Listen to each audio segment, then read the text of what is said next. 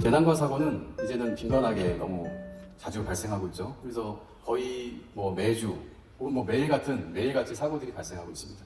사고를 안 나게 한다는 것은 이제는 거의 불가능한 시대가 되고 있는 것 같습니다. 그래서 사고가 나더라도 어떻게 피해를 최소화할 거냐, 사고가 날 수 있다는 관점에서 어떻게 예방을 할 수 있느냐가 더 중요한 시대가 되었습니다. 파이어링크가 레질리언스라는 어떤 그 개념을 생각하게 된 것은 사실은 그 용어는 모르지만 저희가 창업 때부터 고민했던 것 같습니다. 저희가 하드웨어와 소프트웨어, 데이터 센터의 인프라를 구축하고 그 다음에 네트워크 장비를 만들면서 모든 시스템은 항상 결함이 있고 또 취약성이 존재한다는 것을 알고서 개발을 합니다. 그렇기 때문에 그런 서버들이 언제 죽을지 모르고 또 네트워크가 언제 장애날지 모르는 상황에서 어떻게 안정적으로 서비스를 해줄 건가가 저희 파이어링크의 고민이었습니다. 그래서 나온 어떤 솔루션들이 로드 밸런서, ADC 장비, 그 다음에 웹방화벽, HCI 이런 것들이 점점 저희가 추구하고 있는 방향이었는데 그 방향들이 레질리언스와 너무 잘 결합된다고 생각을 했습니다. 그래서 오늘 파이어링크 레질리언스 서밋이라는 용어를 썼는데 파이어링크는 데이터 센터의 인프라에 대한 안정성뿐만 아니라 보안을 책임지는 그런 레질리언스 전문 기업으로 성장하자는 취지로 이 선언을 하게 되었습니다. 2025년도 아주 급박하게 보안 분야에 계시다 보니까 지나간 것을 알고 있습니다. 일일이 나열하지 않아도 여러분들이 국내 공공기관의 큰 화재로 인한 데이터 센터의 행정망 마비, 대형 통신사의 해킹 사고, 또 쿠팡의 데이터 유출 사고, 그다음에 랜섬웨어 사고들이 끊임없이 발생을 했습니다. 이런 사고들의 시사하는 바가 무엇일까 저는 궁금했습니다. 이 사고들이 운이 없어서 혹은 굉장히 고도의 어떤 해킹 기술로 발생한 것이 아니라는 것을 우리가 알 수가 있습니다. 기본적인 재난 수칙이나 보안 원칙들을 잘 지키지 않았기 때문에 필연적으로 발생할 수밖에 없는 그런 사고였습니다. 그래서 가장 중요한 것은 우리가 재난 사고를 완전 제로로 만들어야 되겠다. 사고는 절대로 일어나지 말아야 되겠다 하는 사고보다는 사고가 발생한다는 전제를 가지고 우리가 어떤 대책을 세워야 되겠다라는 것이 더 좋은 방향이라고 생각을 하고 사고는 어쩔 수 없이 불가피하게 일어날 수 없는 것이다라는 것을 인정해야 된다고 생각합니다. 여러분들 시원한 맥주 좋아하시죠? 아사히 맥주 여러분들 좋아하시죠? 저도 일본이나 한국에서 자주 먹습니다. 해킹 사고가 저희 나라만의 문제는 아닙니다. 전 세계적으로 해킹이 들끓고 있습니다. 가까운 일본에서 25년도에도 한 해 동안 온 나라를 들썩게 한 사이버 해킹 사고가 많이 있었습니다. 그 중에 하나가 여러분이 알고 있는 아사히 맥주 홀딩스의 랜섬웨어 사고입니다. 작년 9월 달에 랜섬웨어 공격 한 번에 의해서 일본 전역 30개 아사히 맥주를 전달하는 유통망 시스템에 이 가동이 중단이 됐습니다. 최첨단을 자랑하는 그런 대기업이 하루아침에 아날로그 팩스와 종이로 주문을 받는 그런 사태가 벌어졌고 그 결과는 참담했습니다. 아사히 맥주가 사실 일본 시장에서도 마켓시어 1위, 40% 이상의 마켓시어를 가지고 있지만 매출이 급감했고 경쟁사인 기린 맥주라든지 삿포로 맥주라든지 이런 회사들이 전년 대비 매출이 10% 이상 성장하는 결과를 가져왔습니다. 이제 사이버 해킹 사고는 기업의 핵심적인 비즈니스에 영향을 미치는 부분이 됐습니다. 이걸 어떻게 잘 대처하느냐가 결국에는 기업의 경쟁력이 되고 있습니다. 요즘 이란, 미국의 전쟁, 중동 전쟁이 한창이죠. 저는 이 부분에서도 여러 가지 시사점을 가지게 되었습니다. 레질리언스는 이제 민간 어떤 기업만의 문제가 아닙니다. 이란, 미국 전쟁에서 또 알 수 있듯이 미사일이 향하는 곳이 이제 그 전쟁터, 전쟁 시설만이 아닙니다. 점점 통신망, 전력망, 또 AI 데이터 센터를 먼저 타겟팅하고 있습니다. 국가 안보와 기업 보안이 점점 하나의 운명이 되고 있습니다. 재난과 공격을 구분하기가 어려워지고 있습니다. 그래서 원인이 무엇이든 간에 서비스 중단은 곧 생존의 위기입니다. 그래서 레질리언스가 중요한 국가 안보 전략이 돼야 된다고 생각을 합니다. 앞에 김진수 회장님께서도 말씀하셨는데 클로드 미토스가 최근에 핫 이슈죠. 미토스 모델이 단기간에 운영체제나 브라우저에서 발견할 수 있는 취약점이 약 수천 가지가 되고 있다고 합니다. 또 미토스 말고 새로운 보안 취약점을 발견하는 생성형 모델들이 점점 나오고 있습니다. 해킹을 예전에 사람이 했는데 점점 AI가 자동으로 시행을 하고 있고, 또 취약점이 발견됐을 때 그 취약점을 다시 공격할 수 있는 익스플로이트 툴도 자동적으로 만들어내고 있는 시점이 되고 있습니다.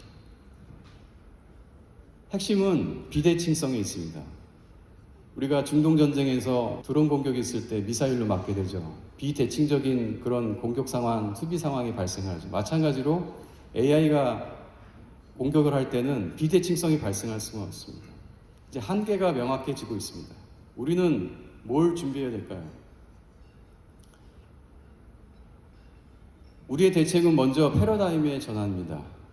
일단 우리는 취약점 점검을 사실은 지금 현재 주기적으로 1년에 한두 번 정도 해서 체크하고 넘어가 이런 형태가 되어 있습니다. 물론 여기 와 계신 이제 토스 같은 곳은 굉장히 상시적으로 잘하고 있다고 생각을 합니다.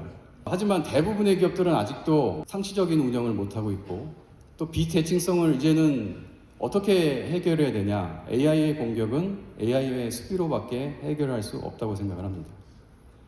결국에는 레질리언스의 확보가 중요한데, 앞으로 완벽한 방어보다는 해커들이 공격이 어려워질 수 있도록 공격 비용을 많이 투자하는, 그래서 공격 비용을 상승하게 하는 전략이 필요합니다. 그래서 우리 회사로 침투를 해야 될 때 해커들이 점점 어려워지게 만들다 보면 해킹이 쉽게 일어나지가 않습니다.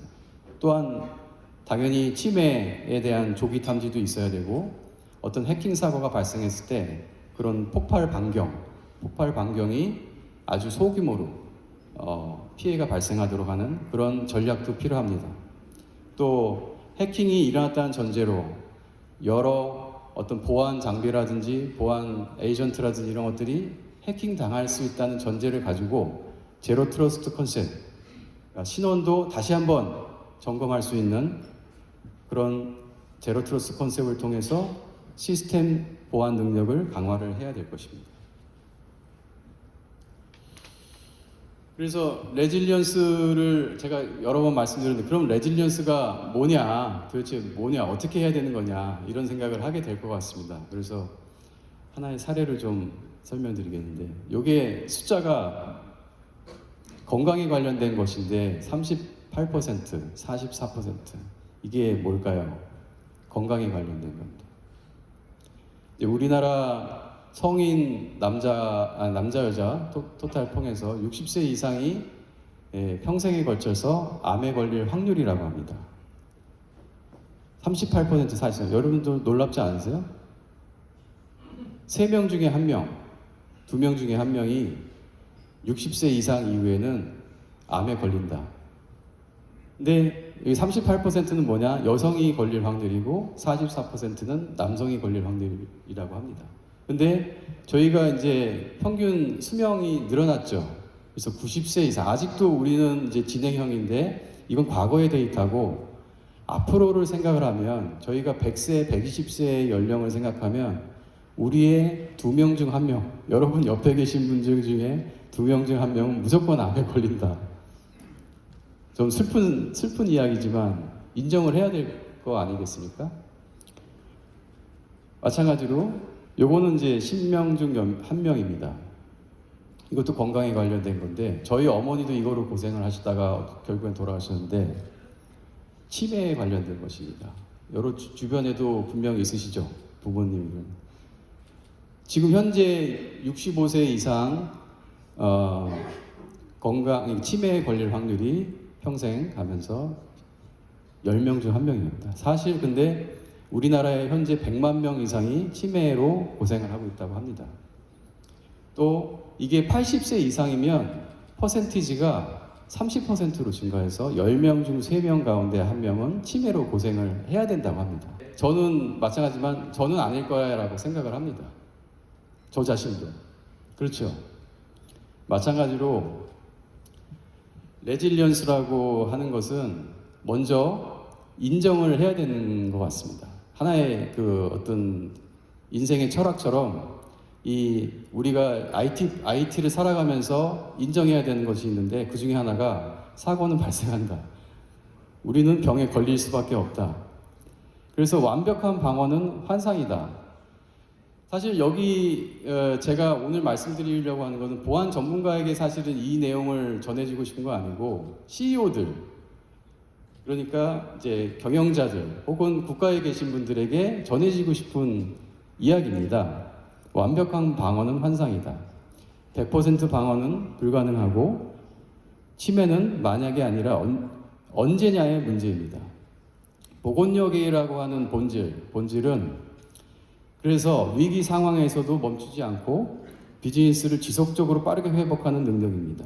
그래서 어떻게 보면 국가에서의 어떤 경영 혹은 기업의 경영의 철학도 변화를 해야 됩니다. 그래서 사고 발생을 비난하기보다 어떻게 정상화할 것인가에 역량을 집중해야 되는 것입니다. 이것이 이제 하나의 경영의 원칙이 되어야 된다고 생각을 합니다.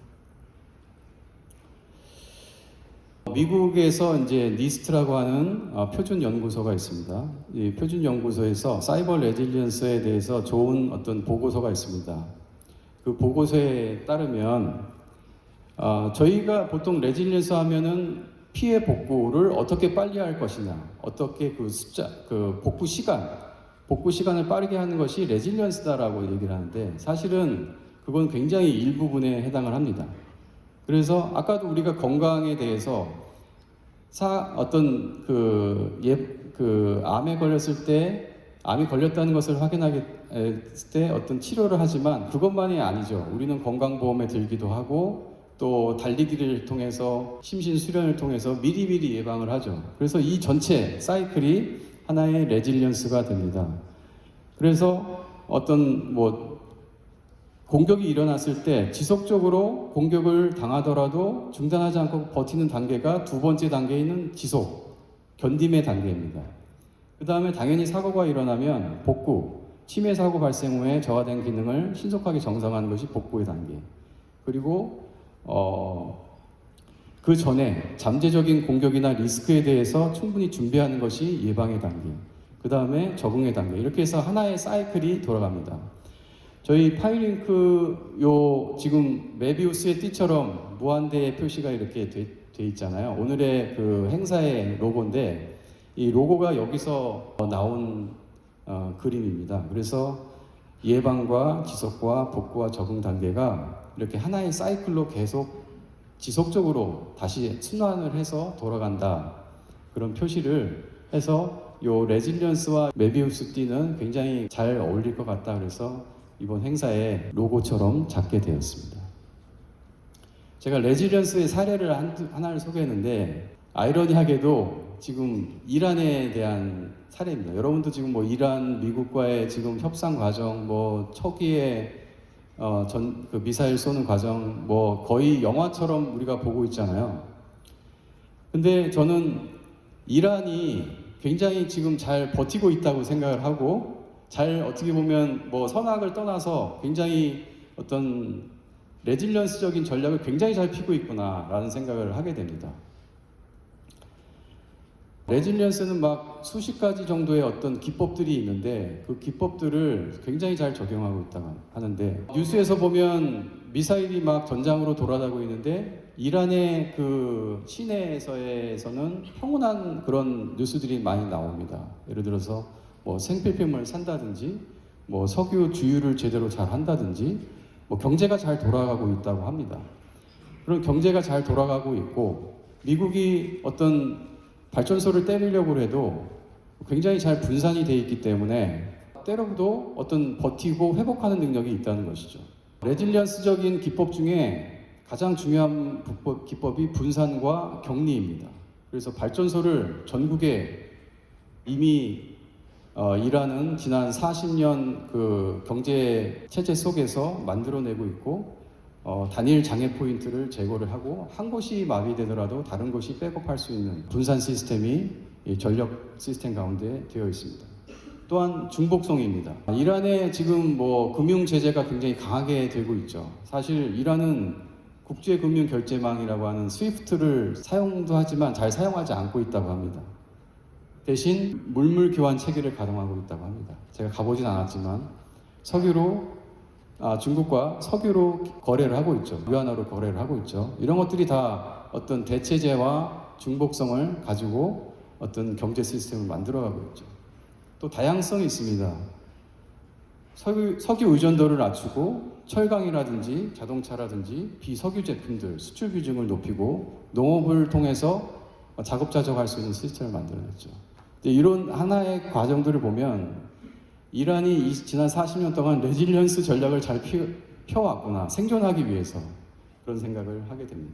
또 하나의 사례는 제가 이제 저희가 일본 사업을 많이 하는데 일본에 가면 항상 태풍도 들어오고 어떤 지진도 있고 그렇습니다.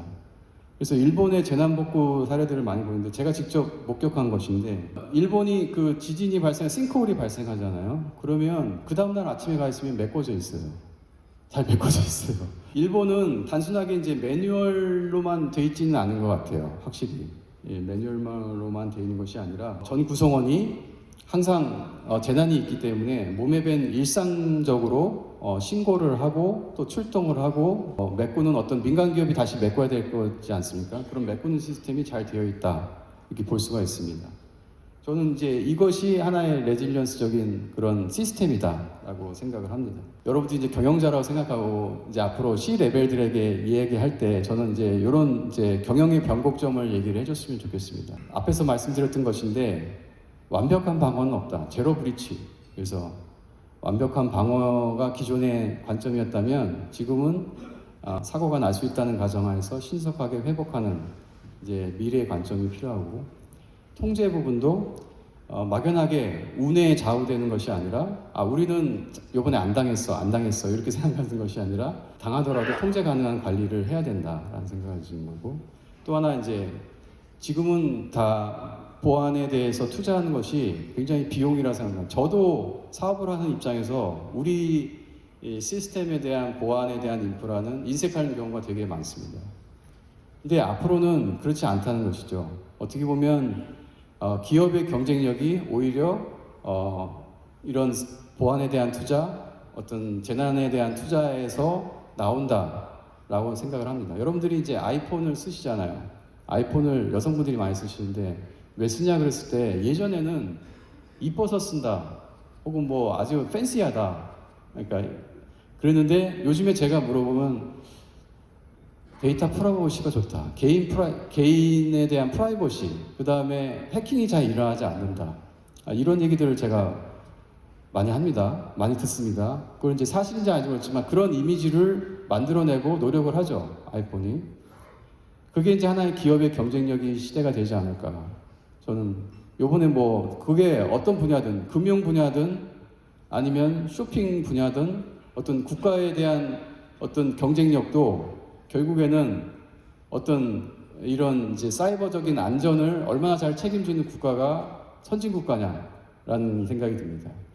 그리고 이제 이런 레질리언스를 다루는 부서가 CISO나 IT 부서 단독으로는 되지 않는다는 것을 여러분도 너무나 잘 알고 있습니다. 그래서 당연히 거버넌스라는 체제로 가야 되는데, 거버넌스에 대해서는 제가 뒤에 좀 더 설명을 드리도록 하겠습니다. 그래서 앞에도 말씀드렸듯이 이제 한번 공격당했을 때 깨져서 더 이상 복구가 불가능한 그런 이제 유리방패 같은 어떤 개념이 될 거냐, 아니면 스프링과 같이 어떤 다시 공격이 있더라도, 충격이 있더라도 다시 회복할 수 있는 것이 있거든요.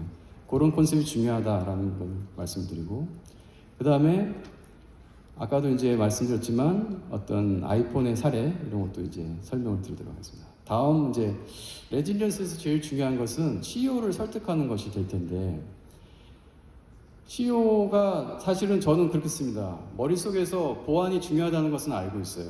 하지만 이게 실행이 되려면 자기 가슴과 호주머니에서 돈이 나와야 됩니다. 내가 진짜 당해본 기업은 알죠? 그렇지 않습니까? 당해본 기업은 아는데, 당해보지 않은 기업은 이 가슴과 호주머니에서 돈이 나오는 걸 주저를 하고 있는 거예요. 저는 이제 그걸 어떻게 잘 여러분들이 IT를 하시는 분들이 설명을 해야 되냐. 저는 보안 자산과 보안 부채와 보안 자본의 개념을 잘 설명을 해야 된다.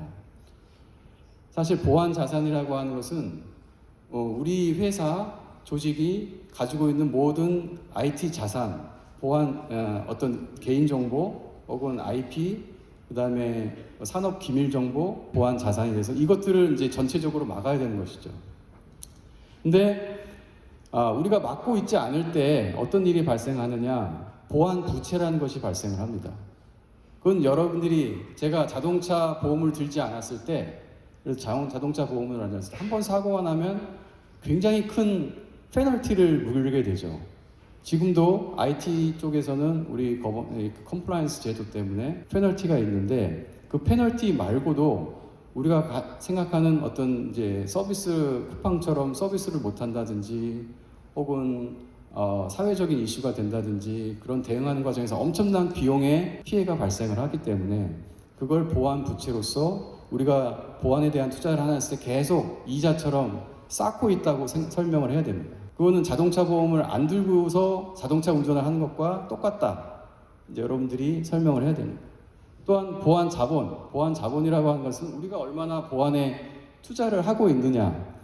뭐 1억이 될 수도 있고 10억이 될 수도 있고 100억이 될 수도 있고 매년 투자하는 것이 하나의 자본으로 계속 축적이 된다고 생각을 합니다. 그래서 우리가 재무제표상에 보통 무형자산, 유형자산 뭐 이렇게 있습니다. 우리가 개발을 하게 되면 그 개발 비용에 대해서 무형자산으로 만들기도 하죠. 이렇게 하는데 결국에는 보안 자본이라는 것이 우리가 보안에 대한 투자가 많아질수록 결국에는 부채가 줄어들게 됩니다. 부채가 줄어들게 됩니다. 보안 부채는 안 할수록 커집니다. 그래서 사실 위험이나 리스크를 비즈니스적으로 수치화하는 것이 굉장히 어려운 주제이긴 합니다. 사실 뭐 시뮬레이션을 돌리고 통계도 있는데 저희가 아직 사이버 보안이라는 어떤 시장이 많이 형성이 되지 않은 것, 사이버 보안이 잘 체계화됐다면 사회적인 인프라적으로 많은 것들이 해소될 수도 있지만 아직까지는 그런 산정이나 여러 가지 케이스들이 너무 다양하기 때문에 어려운데 어쨌든 기업 나름대로에서는 우리가 생각하는 예상 손실액을 추정해보고 우리가 사이버 보안에 투자를 안 하고 재난에 대한 투자를 안 했을 때 얼마의 손실이 날 것이냐를 먼저 예측을 계속 시뮬레이션을 해봐야 됩니다. 시뮬레이션 하면서 그 가운데서 우리는 어떻게 보안에 대한 투자를 얼마를 할 것인가 이런 것들을 어떤 거버넌스 체계하에서 지속적으로 논의를 해야 된다는 것이죠. 그 다음에 이제 거버넌스에 대한 얘기입니다. 우리가 레질리언스를 할 때 사실 IT 부서만으로서 레질리언스를 하기는 거의 불가능하다고 생각을 합니다. 그러면은 거버넌스란 뭐냐? 우리가 많이 지금 나옵니다. 거버넌스 체계를 만들어야 된다. 거버넌스 체계를 만들어야 된다. 여러분 회사에 어떤 거버넌스가 있나요? 저희 회사에는 물론 이사회가 있고 감사위원회도 있고 또 품질위원회도 있습니다. 품질위원회라는 것도 있고 인사위원회도 있습니다. 그게 저는 이제 거버넌스인데 그 다음에 최근에 저희 회사에서 이제 정보보호위원회라는 것을 이제 만들어서 이제 하고 있습니다. 근데 그런 위원회를 붙였다고 해서 거버넌스는 아니지만 거버넌스는 제가 생각하는 나름대로의 기준은 여러 가지 뭐 정의가 있겠지만 이해 충돌이 있는 조직 가운데 게임의 룰을 만드는 거라고 저는 표현하고 싶습니다. 예를 들어서 품질이 있습니다. 예전에 삼성전자가 엄청나게 품질에 대해서 노력을 해서 우리나라가 엄청나게 지금 품질 강국이 되었습니다. 여러분도 인정하시죠? 지금은 예전에는 소니 일본 브랜드가 굉장히 품질이 좋다고 했었습니다. 지금은 LG나 삼성 이런 제품들을 우리가 더 선호하고 있지 않습니까? 근데 품질에서는 이해 충돌이 있는 조직 간이 있습니다. 영업과 개발하는 부서 혹은 생산하는 부서. 항상 누구는 빨리 만들고 빨리 출시하자, 누구는 천천히 하자, 뭐 여러 가지 것들이 있습니다. 그것들의 게임의 룰을 만드는 것입니다. 예를 들어서 어떤 기준이 통과되면 이거는 출시해도 된다. 어떤 기준이 만족되지 않으면 이거는 출시를 보류해야 된다. 이것을 결정하는 것이 저희 회사도 품질위원회입니다. 최근에 정보보호위원회라는 것을 만든 이유는 저희가 이제 정보에 대한 우리 회사의 내부 어떤 통제들이나 시스템들을 하려다 보면 이 부서마다 다 어떤 사정이 있기 때문에 잘 따라주기가 쉽지 않아요. 그렇다고 어느 한 조직이 무조건 이거를 강제시킬 수는 없기 때문에 어떤 상황들을 보면서 이제 하게 되죠. 그래서 거버넌스의 확립을 위해서는 저는 이제 관리와 거버넌스를 구별했으면 좋겠습니다. 우리가 관리를 한다면서 관리를 하고 있는데 거버넌스를 하고 있다고 착각할 수도 있고, 거버넌스를 하고 있는데 관리를 하고 있다고 생각할 수도 있어요. 그래서 저는 축구를 좋아하니까 축구의 예를 들면, 축구는 감독과 선수가 열심히 준비해서 플레이를 하죠. 승리하기 위해서 열심히 하고 있는 게 감독이 하고 있는 관리입니다. 거버넌스는 뭐냐? 예를 들어서 월드컵 경기다 그러면 월드컵 위원회, 그래서 공정하게 심판의 규칙을 만드는 것, 리그의 운영을 만드는 것이 거버넌스라고 할 수가 있습니다. 그래서 저는 그렇게 생각합니다. 물론 다르게 경영학을 하시는 분들은 다르게 생각할 수 있겠지만, 실행하는 조직과 실행하지 않고 위에서 책임과 권한을 가지고 분산시킬 수 있는, 그리고 조율할 수 있는 조직이 거버넌스 체계가 아닌가, 이런 생각을 하고 있고, 보안에서도 그런 관점에서 다뤄야 되지 않을까 생각합니다. 물론 이제 이 레질리언스를 잘하기 위해서는 조직 문화도 돼야 됩니다. CEO가 탑다운의 리더십을 발휘해야 되고요. 저는 이제 토스의 신용석 전 사이버 안보 비서관도 나와 계시지만, 토스의 CEO께서 그런 얘기를 했다고 합니다. 토스가 진짜 회사가 어려워진 상황이 된다. 그거는 사이버 해킹 때문일 것이다. 이런 얘기를 해서 사이버에 엄청나게 투자를 많이 하고 계신데, 결국에는 CEO의 관점이 제일 중요하다고 생각을 합니다. 그 안에서 어떤 보고 체계나 어떤 안정적인 어떤 관리가 나오는 것이고, 실질적인 그런 체계가 나오는 것이고, 어떤 통제가 되지 않을까, 이런 생각을 합니다. 보안 성숙도 모델이 있는데, 저는 이게 우리가 단기간에 어떤 보안의 어떤 수준을 달성하고 될 거라고 생각하지 않습니다. 레질리언스도 사실 우리가 보안의 레벨이 초기부터 최상위 등급까지 있는데, 최상위 등급까지 가려면 진짜 여유를 해서 저는 5년에서 10년 이상 걸린다고 생각을 합니다. 그렇기 때문에 그런 실행 전략이나 인식의 전환이 굉장히 중요하다, 이런 말씀을 드리고요. 마지막으로 파이어링크가 왜 레질리언스에 대해서 집중을 하느냐, 앞에서 경영적으로 혹은 어떤 일반적으로 생각을 했지만, 파이어링크는 지금까지 네트워크 보안 분야에서 어떻게 하면 끊김없이 비즈니스를 연속하고 서비스를 연속할 수 있게 하느냐, 이것만 생각을 해왔습니다. 그러다 보니까 보안도 그 중에 한 축으로 더 들어오게 되었습니다. 그래서 파이어링크가 앞에서 예를 들면 4단계 중에 여러 가지 어떤 ADC 장비, 웹 애플리케이션 보안, 또 최근에 VMware를 대체하기 위한 그런 이제 가상화 솔루션, 이런 것들이 대부분 장애가 나더라도 어떤 확장성이나 어떤 중단 없이 복구가 돼서 돌아갈 수 있는 시스템을 만들어내고 있습니다. 마찬가지 보안도 마찬가지. 그래서 파이어링크는 네트워크에서 시작했지만 지금 보안 서비스까지 전 영역을 아우르고 있는데, 코어 인프라, 데이터 센터 인프라를 레질리언스를 만드는데 집중을 해 나갈 것입니다. 어떤 보안 솔루션, 저희가 마이크로 세그멘테이션이라든지 웹방화벽, 그 다음에 최근에 AI를 적용한 어떤 시스템 영역, 이런 까지 AI에 기반한 그런 보안 솔루션들을 만들어낼 것이고, 또 어떤 저희가 AI를 활용해서 매니지드 레질리언스라는 어떤 보안 서비스들을 계속 만들어낼 수 있도록 하겠습니다. 네, 이런 레질리언스가 저희 단독으로 혼자서 하겠다는 것은 절대로 아니고, 오늘도 지금 부스에도 나와 있고, 오늘 발표 연사로도 여러 회사들이 같이 참여하고 있습니다. 저희 파이어링크는 지금까지 우리 파트너분들 여기 많이 나와 계시지만, 파트너와 항상 상생할 수 있고 또 생태계를 만들어가는데 주력을 해왔다고 생각합니다.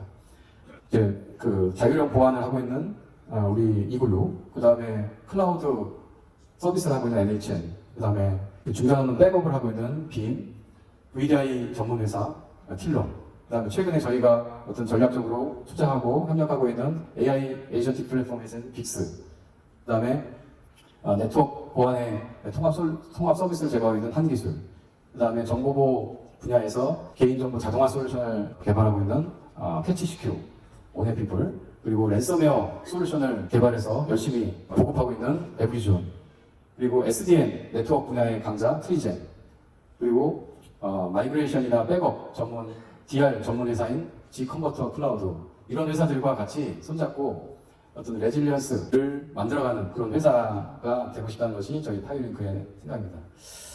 제가 너무 길게 이제 저희 생각을 해서 좀 욕심이 나지 않았나 생각이 드는데 어쨌든 귀한 발걸음 해주시고 오늘 또 여러분들에게 좀 좋은 내용, 필요한 내용들을 하기 위해서 발표를 드렸습니다. 좀 파이어링크 많이 사랑해 주시고 저희도 열심히 뛰어서 우리나라 국가 또 우리나라 인프라 기업들이 안정적인 그런 사회가 될 수 있도록 노력하겠습니다. 네, 대단히 감사합니다.